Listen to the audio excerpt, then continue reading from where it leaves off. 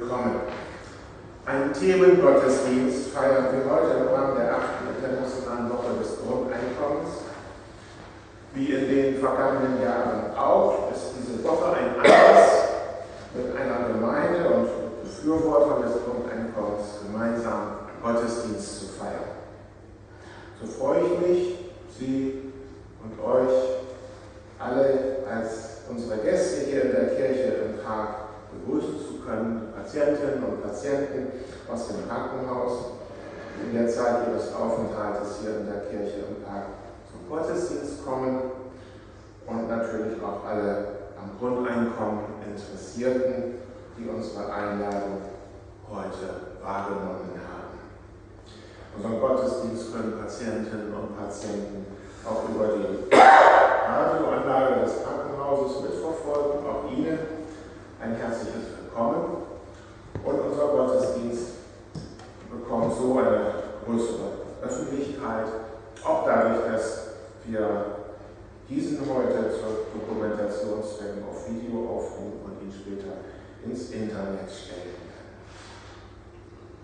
Im Gottesdienst wirken einige Aktive hier aus Bremen mit, von der ATTAC-Gruppe Genug für alle und seine Initiative Bedingungsloses Grundeinkommen in der bremischen evangelischen Kirche. Liebe Gemeinde, die Idee des bedingungslosen Grundeinkommens hat eine ganze Reihe von interessanten Aspekten. Wir leben in einer Zeit, in der sich gesellschaftliche Probleme deutlich zuspitzen. Ich nenne nur die Stichworte Reichtum und Armut, Krise der Erwerbsarbeit, Flüchtlingsschicksale, Klimawandel. Da stimmt etwas nicht in den Grundorientierungen der Gesellschaft. Als allgemeine Klammer kommt hinzu die herrschende Wirtschaftsweise, die, wenn man das versucht in den Blick zu bekommen, dann sieht man, dass Egoismus und Wachstum ganz zentrale Rollen spielen. Da bieten sich die verschiedenen Modelle vom bedingungslosen Grundeinkommen als einer alternativen sozialpolitischen Idee an, als reizvoller Teil einer Lösung, die die genannten gegenwärtigen Probleme überwindet. Christen können darum im bedingungslosen Grundeinkommen eine Weiterentwicklung der Verantwortung füreinander und diese Welt entdecken und darin einen praktischen Weg zur Verbesserung des Auftrags aus der Bibel sehen. Da geht es ja um den Erhalt und die Förderung des Lebens, um Freiheit, Solidarität, Gemeinschaft, Ehrlichkeit und Frieden. Das und wie solch anderes Leben, eine andere Welt möglich wird, wie einem Menschen und seinem Hause Rettung widerfährt, das soll anhand der Geschichte von Zachäus aus dem Neuen Testament deutlich werden. Wir suchen nach einer Antwort auf die Frage, solidarischer Mensch sein, wie geht das? Einen Satz aus dieser Geschichte stellen wir voran. Der Menschensohn ist gekommen, zu suchen und selig zu machen, was verloren ist. Das verspricht, uns dem Leben näher zu bringen. Dafür wollen wir Gott danken und ihn loben und uns gerne besinnen. Wir feiern diesen Gottesdienst im Namen Gottes, der uns wie Vater und Mutter ist, die uns das Leben schenken. Im Namen des Sohnes, der uns zur Freiheit ermutigt, und im Namen des Heiligen Geistes, der Gemeinschaft stiftet. Unsere Hilfe steht im Namen des Herrn. Himmel und Erde gehören ihm. Amen. In der Hand haben Sie ein Liedblatt und darauf finden wir das erste Lied von den Rändern dieser Erde.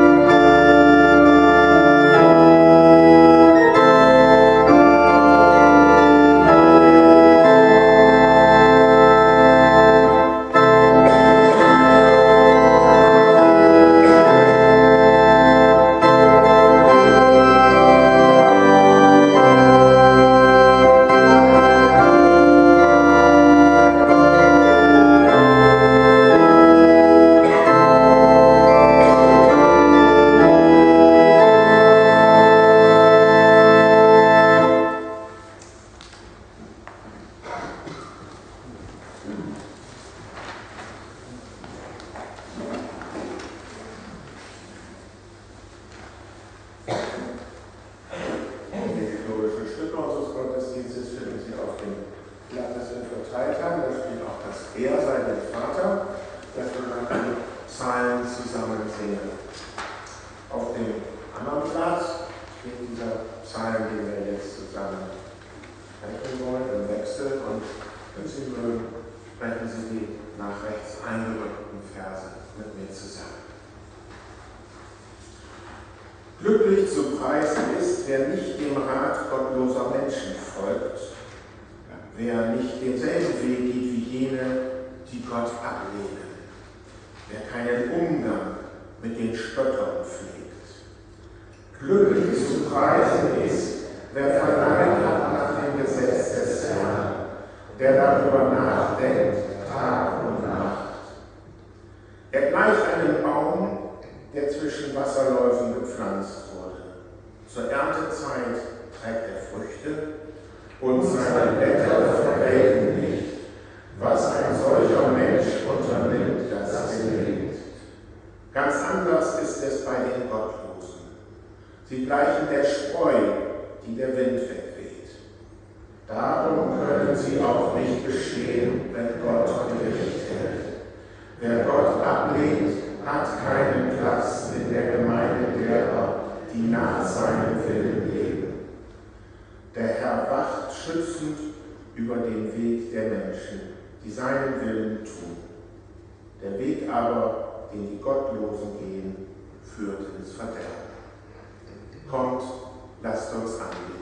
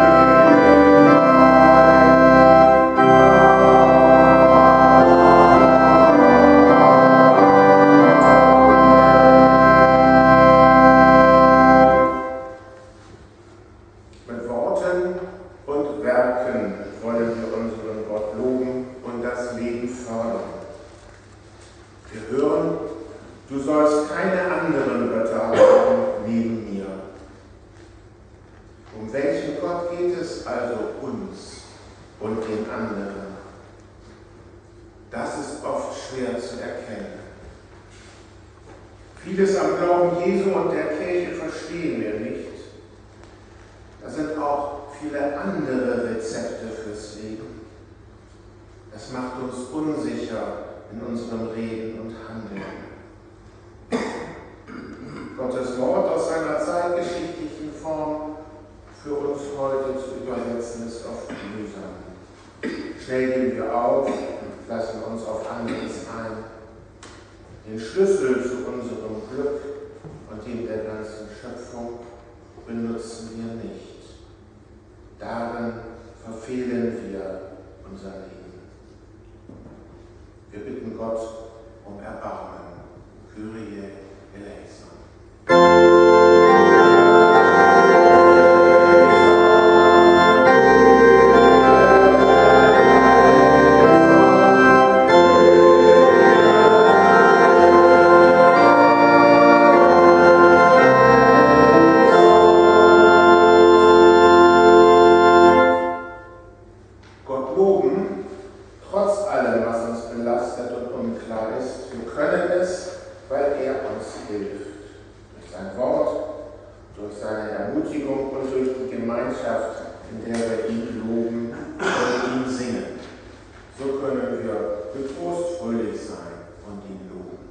Ehre sei Gott in der Höhe.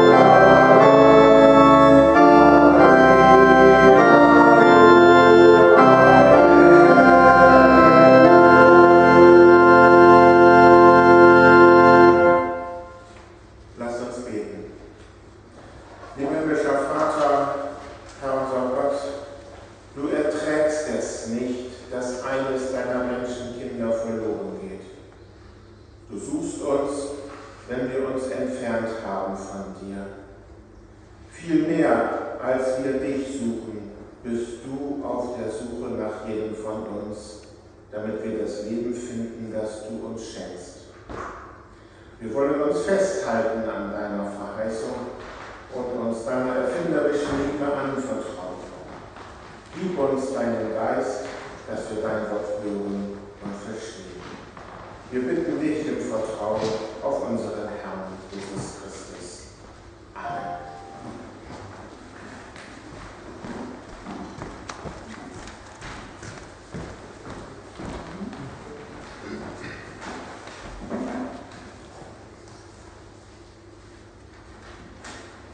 Ich lese den Predigttext nach Lukas aus dem Evangelium. Ich lese den Predigttext aus dem Evangelium nach Lukas im 19. Kapitel. Jesus kam nach Jericho. Sein Weg führte ihn mitten durch die Stadt. Zachäus, der oberste Zolleinnehmer, ein reicher Mann, wollte unbedingt sehen, wer dieser Jesus war. Aber es gelang ihm nicht. Er war klein und die vielen Leute versperrten ihm die Sicht. Da lief er voraus und kletterte auf einen Maulbeerbaum. Jesus musste dort vorbeikommen und Zachäus hoffte, ihn dann sehen zu können. Als Jesus an dem Baum vorüberkam, schaute er hinauf und rief: Zachäus, komm schnell herunter, ich muss heute in deinem Haus zu Gast sein. Die Leute waren alle empört, als so schnell er konnte, stieg Zachäus vom Baum herab und er nahm Jesus voller Freude bei sich auf. Die Leute waren alle empört, als sie das sahen. Wie kann er nur von solch einem Sünder sich einladen lassen, sagten sie. Zachäus aber trat vor den Herrn und sagte zu ihm: Herr, die Hälfte meines Besitzes will ich den Armen geben. Und wenn ich von jemandem etwas erpresst habe, gebe ich ihm das Vierfache zurück. Da sagte Jesus zu Zachäus: Heute ist diesem Haus Rettung widerfahren. Und denn auch er ist Abrahams Sohn. Und der Menschensohn ist gekommen, um zu suchen und zu retten, was verloren ist. Wir hören das Wort Gottes, das uns zum Leben führen will, heute, morgen und alle Tage. Halleluja.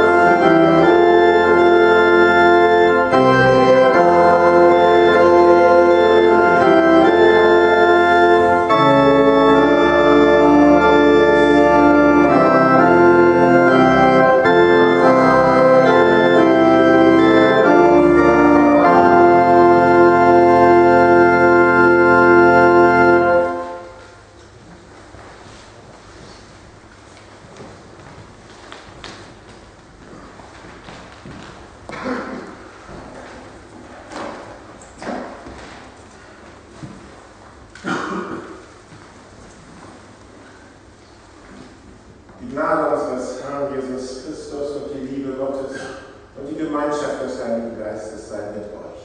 Amen. Liebe Gemeinde, wir haben gehört, wie der Zöllner Zachäus seinem Leben in zerstörerischen Strukturen den Rücken kehrt. Er erteilt schädlichen und schädigenden Verhältnissen eine Absage. Das ist eine beeindruckende, eindrucksvolle persönliche Umkehr. Diese Geschichte begleitet die christliche Kirche seit spätestens der Entstehung des Lukas-Evangeliums, seit Ende des 1. Jahrhunderts. Fast 2000 Jahre später, am Ende des vorletzten Jahres, erzeugten 3 Wörter von Papst Franziskus eine nervöse, irritierende, aber auch befreiende Wirkung. Diese Wirtschaft tötet. Selten zuvor hat ein kirchliches Wort eine so starke Wirkung gehabt. Aber Franziskus steht damit nicht allein da. Denn zur selben Zeit hatten sich fast 350 Kirchen aus der ganzen Welt, die Kirchen, die im Ökumenischen Rat der Kirchen zusammengeschlossen sind, bei ihrer Vollversammlung in Busan in Südkorea ähnlich geäußert. Das ist schon sehr beeindruckend.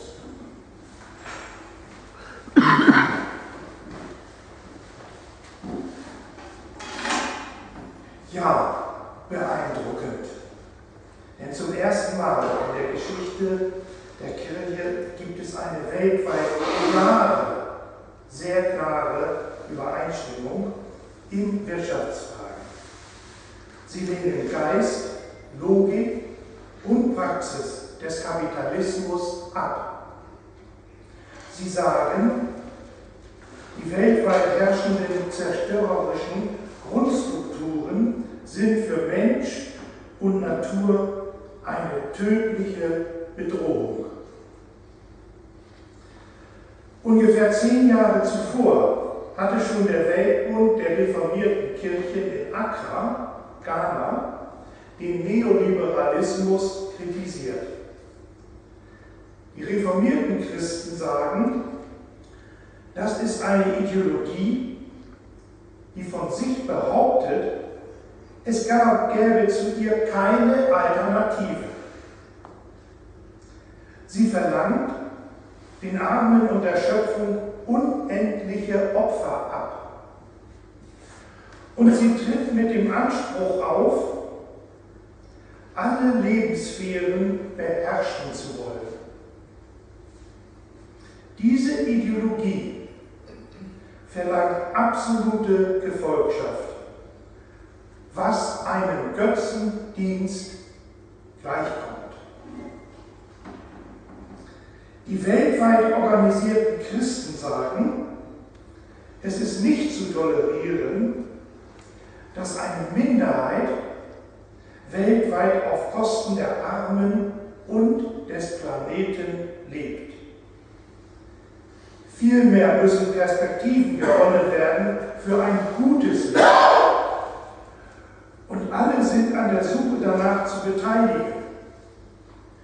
Die Armen und Marginalisierte, die ins Abseits gedrängte, dürfen nicht zu Objekten staatlicher Fürsorge gemacht werden, sondern müssen Subjekte ihrer eigenen Befreiung werden.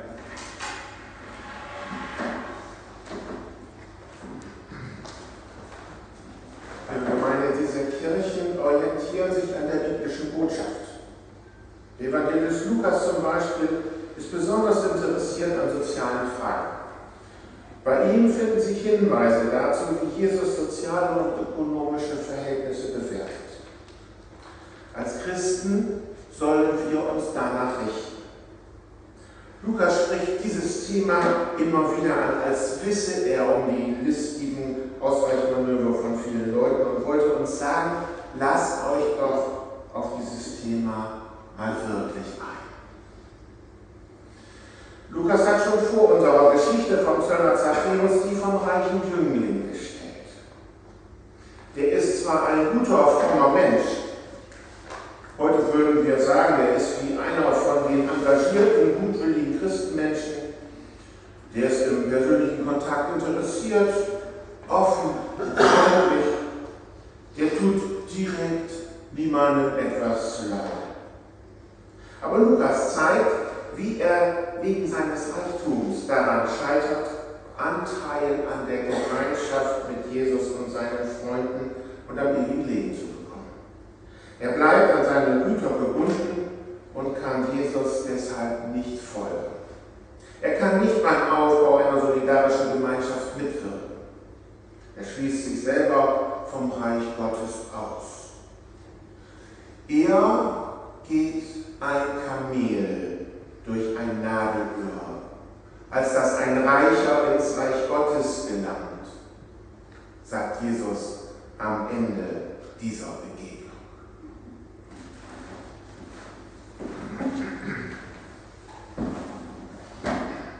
Dieses Sinnbild vom Nadelöhr ist eine harte, unmissverständliche Aussage Jesu.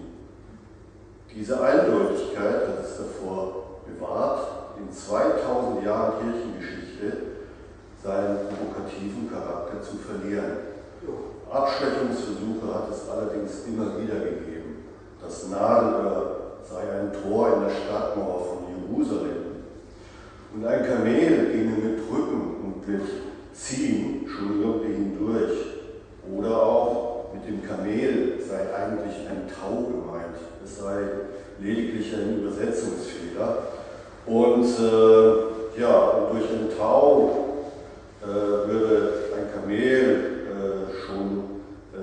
oder eine dickere Nadel ginge dann sehr wohl irgendwie das Tau durch die dickere Nadel. Oder die Geschichte wird interpretiert auf die Sünde im Allgemeinen, treffe alle Sünder und meine gar nicht speziell die Reichen. Solche Ausflüchte sind gut zu erkennen.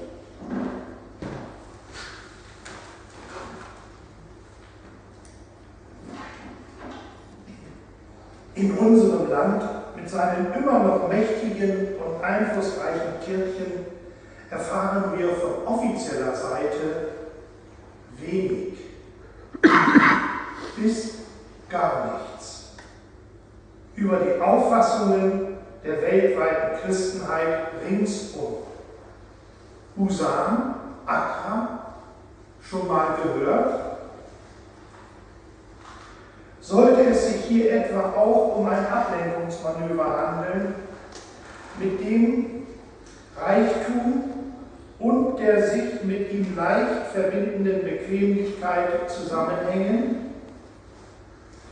Gut, dass sich Papst Franziskus so unüberhörbar geäußert hat, mit seinem „Diese Wirtschaft tötet".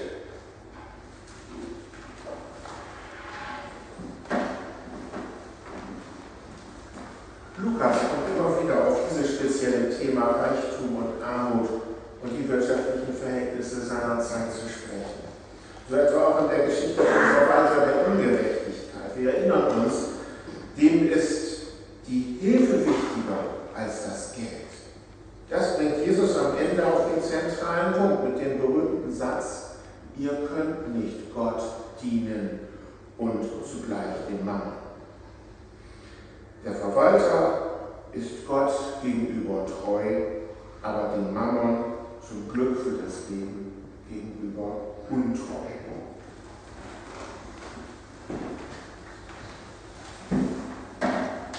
Es geht also darum, dass der Mensch als Individuum und eine Gesellschaft sich entscheiden müssen.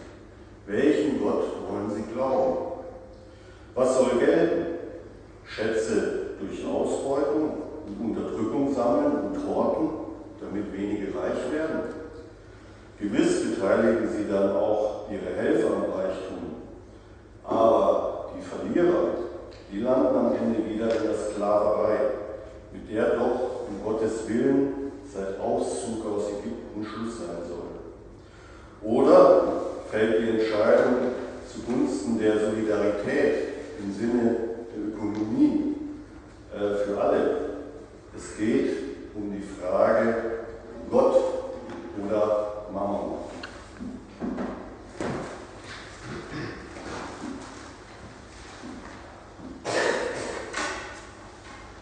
Die Botschaft der jüdisch-christlichen Tradition ist da völlig eindeutig.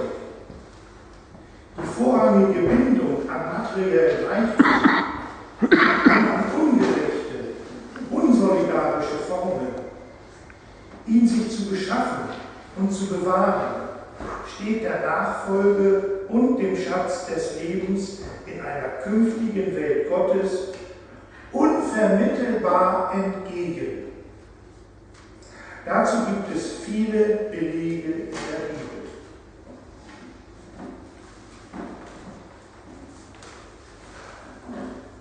Die Jünger Jesu spüren, wie klar und wie eindeutig das bei Jesus ist. Ihm geht es immer um die prophetische im Exodus, dem Ende der Sklaverei wurzelnde Tradition. Und um das Reich Gottes, das ewige Leben, die neue Welt, dass der Himmel auf die Erde komme. Und so beten wir ja auch im Vaterunser. Bei aller Sehnsucht nach diesem Reich Gottes und Reich Jesu wissen die Jünger aber auch um ihre eigenen Verstrickungen in die Religion des Mammons. Darum stellen sie Jesus die bange Frage: Wer kann denn dann überhaupt selig werden? Liebe Gemeinde, die Antwort auf diese Frage gibt die Zachäus-Geschichte. Sie zeigt, dass Jesus etwas Außerordentliches schafft, dass ein reicher, solidarischer Mensch wird. Sie macht den Satz anschaulich, mit dem Jesus seine Freunde tröstet. Dass ein Reicher in den Himmel kommt, ist bei den Menschen unmöglich, aber nicht bei Gott.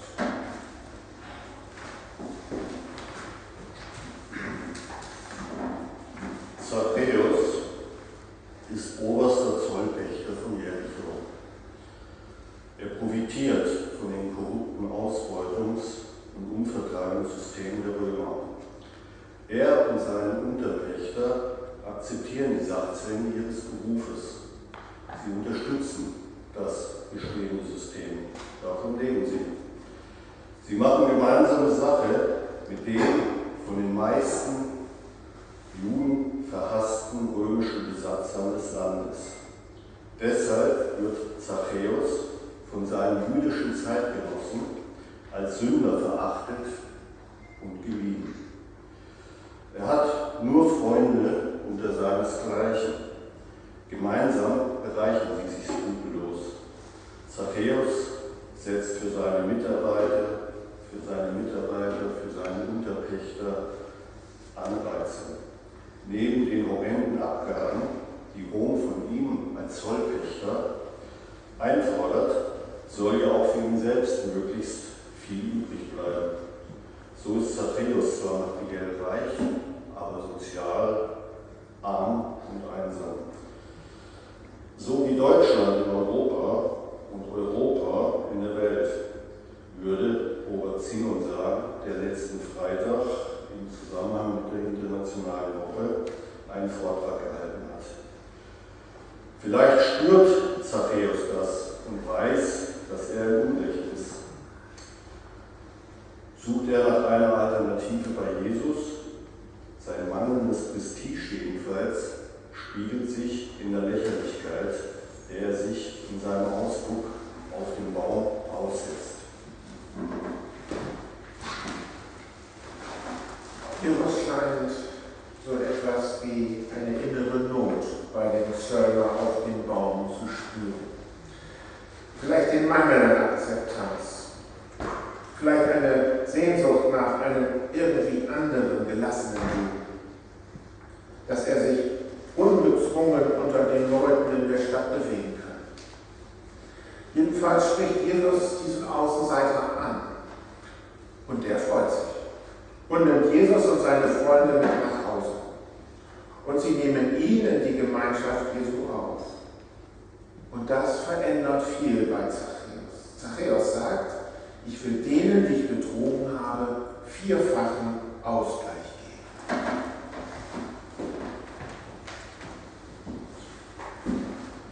Der vierfache Ausgleich.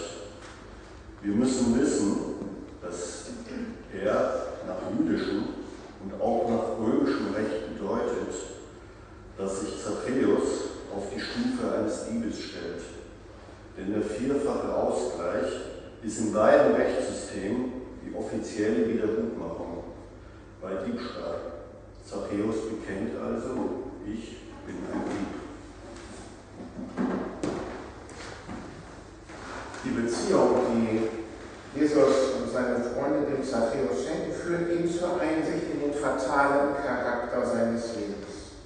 Jetzt kann er die Fesseln dieser das Leben erstickenden Existenz lösen. Jesus macht ihn frei, ohne Wenn und Aber auf illegitim erworbenes Eigentum und systematischen Betrug zu verzichten. Er leistet Wiedergutmachung für seine asozialen Machenschaften und Zachäus teilt auch noch die Hälfte seines Besitzes mit den Armen. Er übt Gerechtigkeit und auch Wohltätigkeit. Und das fordert die jüdische Tradition. Zu ihr bekennt sich Zachäus damit. Er will zu den Freunden dieser Tradition gehören. Und so sagt Jesus erleichtert, du bist Abrahams Sohn. Dein Haus, deine Familie ist gerettet. So ist Zachäus tatsächlich, und das heißt in der Tat und nicht nur nominell, einer, der in die solidarische Tradition Israels zurückkehrt.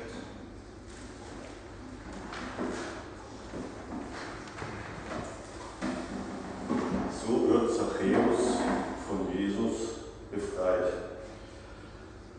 Er kehrt sich ab von seiner Bindung an Geld und Besitz und dem System, das Menschen verachtet.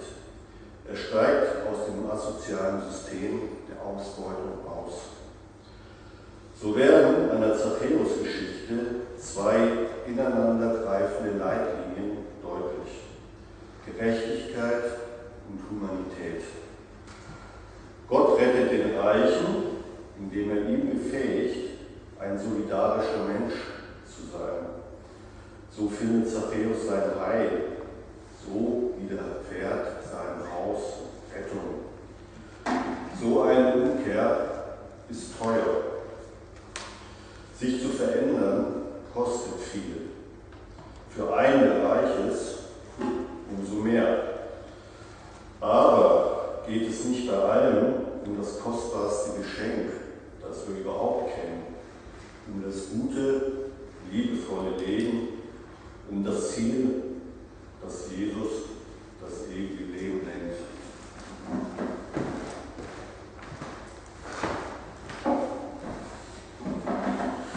Wir brauchen in unserer modernen, komplexen Welt strukturelle und sozialpolitische Bedingungen, die entsprechende Einstellungen fördern. Und da kommt das Grundeinkommen ins Spiel.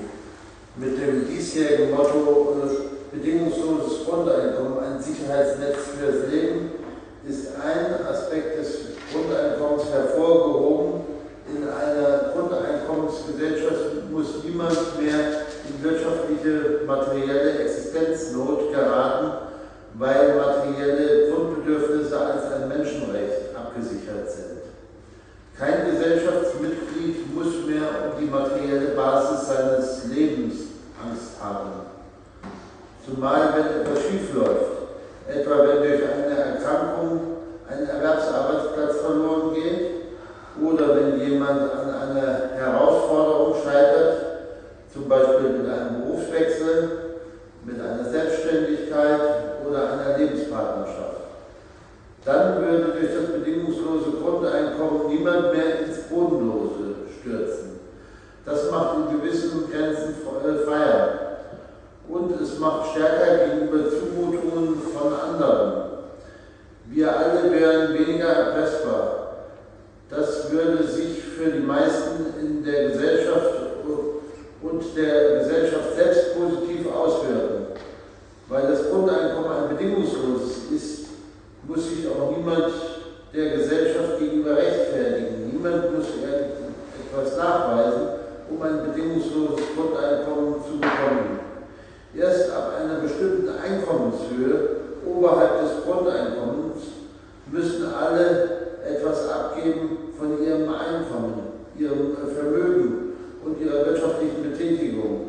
Denn man muss ja auch Geld einnehmen, um es dann bedingungslos zu verteilen.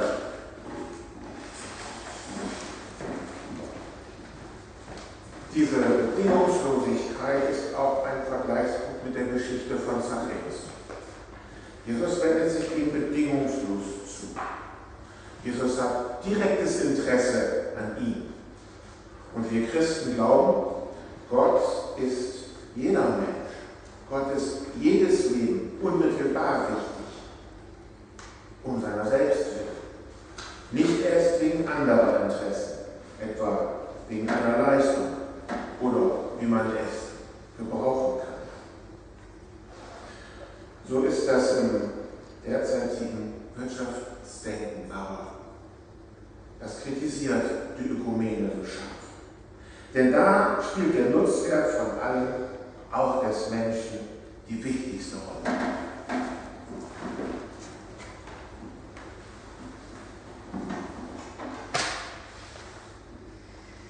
Der Papst Franziskus hatte Ende letzten Jahres die Führer etlicher sozialer Basisgruppen nach Rom eingeladen. Die forderten die Überwindung des Kapitalismus. Und der Papst hat sich hinter ihre Forderung gestellt und sie mit der biblischen Botschaft verbunden. Er sagte, wir müssen die Würde des Menschen wieder ins Zentrum rücken und dann auf diesem Grund alternative gesellschaftliche Strukturen errichten. Das müssen wir mit Mut, aber auch mit Intelligenz betreiben, hartnäckig, aber ohne Fanatismus, leidenschaftlich, aber ohne Gewalt und gemeinsam die Konflikte im Blick, ohne uns in ihnen zu verfangen, immer darauf bedacht, die Spannungen zu lösen, um eine höhere Stufe von Einheit, Frieden und Gerechtigkeit zu erreichen. Wir Christen haben etwas sehr, sehr Schönes, eine Handlungsanleitung, ein revolutionäres Programm, könnte man sagen.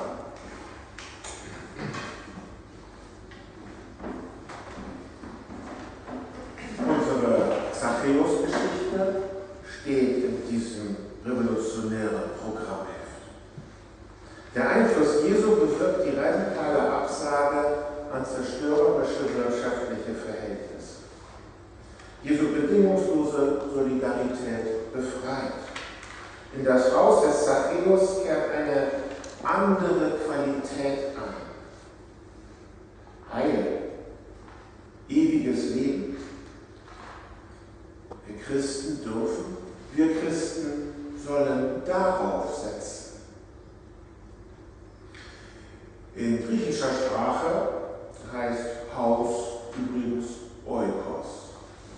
Das Heil finden wir in der Nachfolge Jesu für unser eigenes Haus, wie es heißt, und damit für die Ökonomie und die Ökologie, für die ganze globale Hauswirtschaft.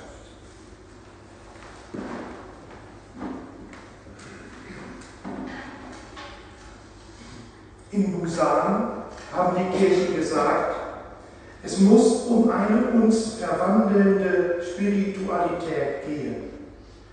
Sie leisten Widerstand gegen alle lebenszerstörenden Werte und Systeme, wo immer sie in unserer Wirtschaft, unserer Politik und selbst in unseren Kirchen am Werk sind. Sie wenden sich gegen eine falsch verstandene Wohlfühl-Spiritualität. Denn der Geist Gottes und die Teilnahme an seiner Liebe erfordern den Widerstand gegen die Mächte, die die von Gott für alle gewollte Fülle des Lebens behindern. Das führt Christen zusammen mit den Menschen, die sich in zivilgesellschaftlichen Bewegungen und Initiativen für die Sache der Gerechtigkeit, die Würde, ja, der Würde und des Lebens engagieren. Empören wir uns hörbar wie der Papst. Diese Wirtschaft tötet. Und wenden wir uns zugleich gegen die unter uns und bei Verantwortlichen in Kirchen verbreitete Ohnmachtsfantasie gegen Ablenkungsmanöver, Gleichgültigkeit und Bequemlichkeit. Sie tötet auch.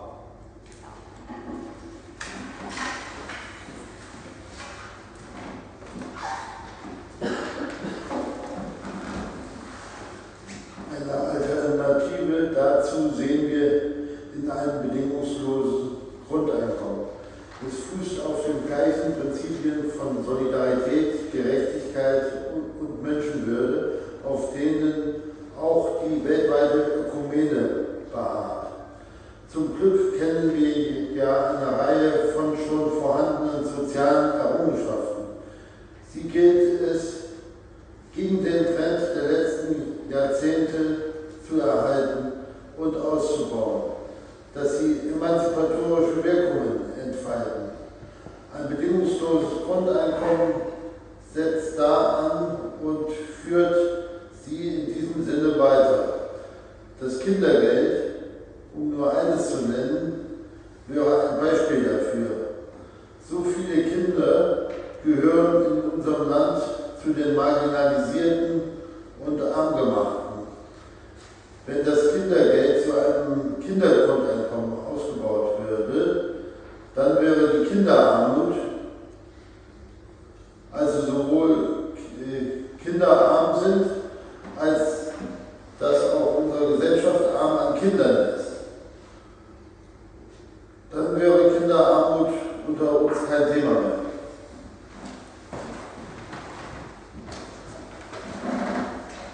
Sicher, liebe Gemeinde, sicher scheint eines: eine andere Welt wird möglich in der Absage an unsolidarische, egoistische und zerstörerische Verhältnisse. Solche Absagen zu wagen, als Einzelne und auch gemeinsam. Dazu lädt das Evangelium, dazu laden Gruppen wie ATTAC, wie die Initiative, wie EWEK und Christen der weltweiten Ökumene ein. Solche Schritte wünsche ich uns und nicht nur uns Christen. Wir Christen aber dürfen solche Schritte, zu denen eben auch ein emanzipatorisches Grundeinkommen gehören kann.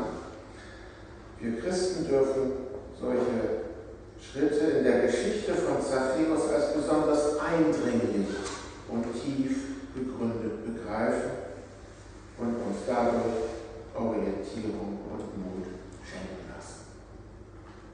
Und der Friede Gottes, der höher ist als alle Vernunft, bewahre eure Herzen und Sinne in Christus Jesus.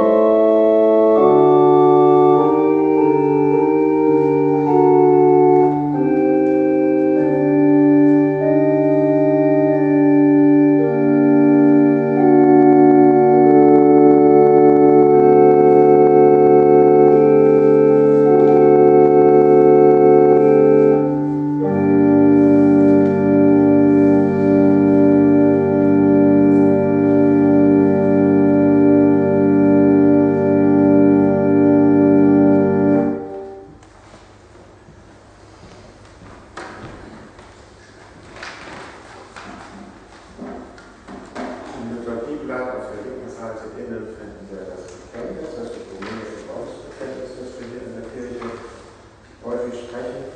Und wenn mögt, sprechen wir das gemeinsam. Wir glauben an Gott, den Schöpfer der Welt, der uns geschaffen hat als Mann und Frau, der uns frei macht, Leben zu erhalten, Frieden zu fördern, Sorge zu tragen für den Bestand der Erde, dass die Menschen dieser Welt zusammengehören in Gleichheit und Gerechtigkeit. Wir glauben an Jesus Christus, unseren Herrn, geboren als Mensch von Maria, erwählt mit seinem Leben Gottes Nähe zu bezeugen. Er verkündete den Armen die Parteinahme Gottes, den Gefangenen Freiheit, den Blinden, dass sie sehen, den Unterdrückten Befreiung. Er litt, wurde gefoltert und getötet am Kreuz, von den Mächtigen unter Pontius Pilatus, auferweckt zum Leben und zur Hoffnung für alle.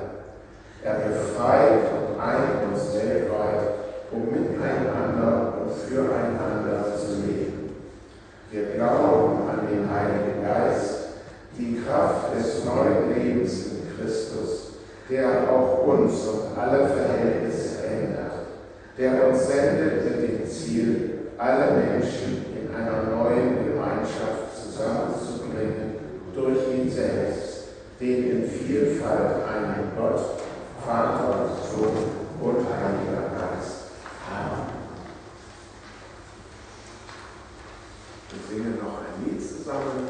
Komm in unsere stolze Welt.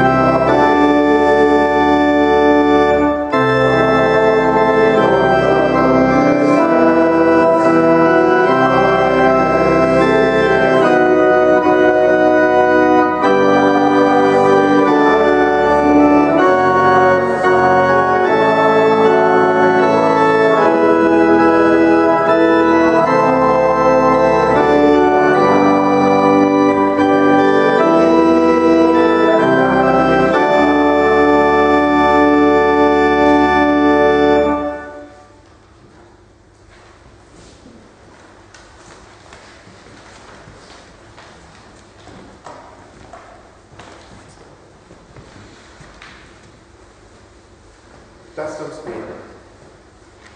Lieber himmlischer Vater, du gehst Menschen nach und willst, dass das Leben in Glück und Gemeinschaft und in Achtung vor der Vielfältigkeit und Besonderheit allen Lebens gelingt. So erkennen wir es an Zachäus. Wir danken für die klaren Worte aus der weltweiten Ökumene. und von Papst Franziskus, die uns Orientierung schenken. Wir hören, dass wir dein Werben um uns nur durch eine klare Entscheidung für dich beantworten können. Wir können nicht dir dienen und anderen Göttern, nicht dir und dem Mann. Egoismus und Solidarität lassen sich nicht vereinbaren. Und die Gleichgültigkeit darf nicht die ursächliche Pest unserer Zeit bleiben. Wir danken für all die Aktivitäten, die Menschen in unserer Stadt, in unserem Land und überall in der Welt in deinem Geist aufbringen. Wir danken für die Alternativen, die sie aufzeigen und die Lösungen, die sie anstreben. Ihre Gedanken mögen Früchte hervorbringen. Wir bitten um gute Zusammenarbeit unter den vielen, die an diesen Zielen arbeiten, unabhängig von ihrer Religion und Weltanschauung. Wir bitten, dass wir die Kraft finden, uns immer wieder zur Nachfolge Jesu durchzubringen, in Gemeinschaft und Liebe, im Erkennen von und im Streben nach Gerechtigkeit, in der Bewahrung der Schöpfung. Lass uns erkennen, wo deine Sache verraten wird. Schenke Mut und Kraft zum Widerstand, wo immer er nötig ist. Du willst aufrütteln, willst Entschiedenheit und Kraft zum Widerstand, wo immer nötig ist. Lass uns dir, dem Gott des Lebens, antworten, jede an ihrer und jeden an seiner Stelle, mit konkreten Schritten. Uns Gefühl bitten, unsere Gebete sollen nicht nur Lippenbekenntnisse bleiben. So lass uns die Freude des neuen Lebens spüren, miteinander, heute und in Ewigkeit. Sei bei uns, Herr der Barmherzigkeit und der Liebe. Gemeinsam beten wir: Vater unser im Himmel, geheiligt werde dein Name, dein Reich komme, dein Wille geschehe, wie im Himmel, so auf Erden. Unser tägliches Brot gib uns heute und vergib uns unsere Schuld, wie auch wir vergeben unseren Schuldigern. Und führe uns nicht in Versuchung, sondern erlöse uns von dem Bösen. Denn dein ist das Reich und die Kraft und die Herrlichkeit in Ewigkeit. Amen. Ein letztes Lied wollen wir miteinander singen, ein altes Lied, und vielleicht haben wir heute ein bisschen anderes Verständnis für diese alten Worte. Jesus nimmt die Sünde an.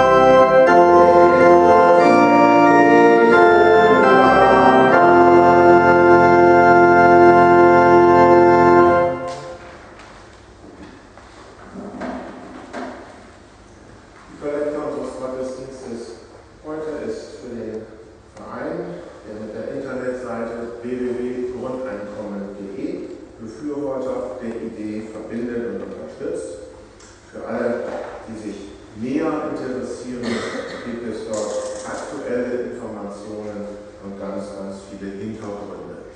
Und das ist uns allen auch in der Grundeinkommensregion eine große Hilfe, dass es diesen Verein gibt, und darum unterstützen wir den gerne.